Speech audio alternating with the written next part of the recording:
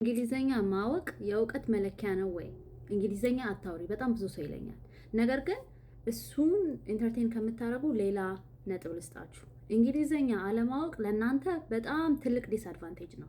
ሚሊኒያል ሆናችሁ በፈረንጆች ከ1995 በኋላ የተወለዳችሁ ሰዎች እንግሊዘኛ ለማወቅ ኢፈርት ማድረግ አለባችሁ። ምክንያቱ ለምን እንደሆነ ልንገራችሁ።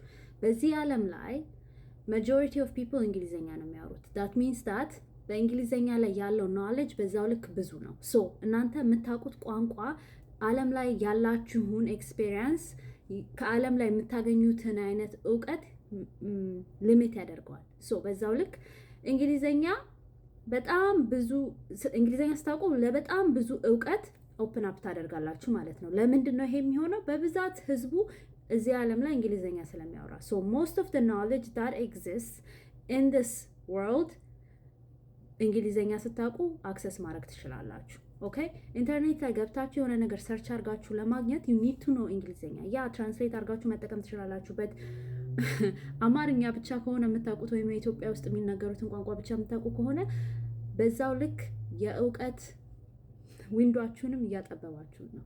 የወርልድ ቪዋችሁንም እያጠበባችሁ ነው። ሶ እንዳልኩት ከ1995 በኋላ በፈረንጆች አቆጣጠር የተወለዳችሁ ሰዎች ዩ ሃቭ ቱ ፑት ኤፈርት እንግሊዘኛ ለመማር። ዛሬ ካልጀመራችሁ መቼም አትጀምሩ። ሶ ፕሊዝ ጊቭ ሚ አ ፌቨር፣ እንግሊዘኛ መማር ጀምሩ። ፎሎ ካላደረጋችሁኝ ፎሎ አድርጉኝ። ባይ ዩ ጋይስ።